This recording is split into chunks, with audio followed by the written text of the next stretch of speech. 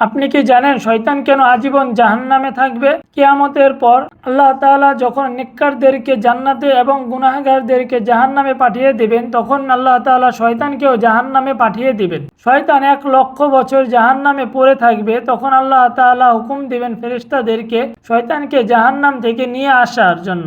তখন আল্লাহ তাআলা শয়তানকে বলবে, হে শয়তান, তুই আমার নাফরমানি করেছিলি যখন আমি তোকে হযরত আদম আলাইহিস সালামকে সিজদা করতে বলেছিলাম।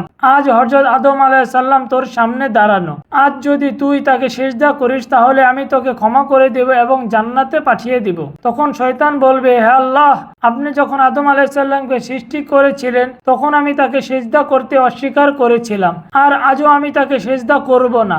এরপর আল্লাহ তাআলা দ্বিতীয়বারের মতো শয়তানকে জাহান্নামে নিক্ষেপ করবে এবং শয়তান আজীবনের জন্য জাহান্নামী হয়ে থাকবে। আল্লাহ তাআলা আমাদেরকে অহংকার করা থেকে বিরত থাকার তৌফিক দান করুন।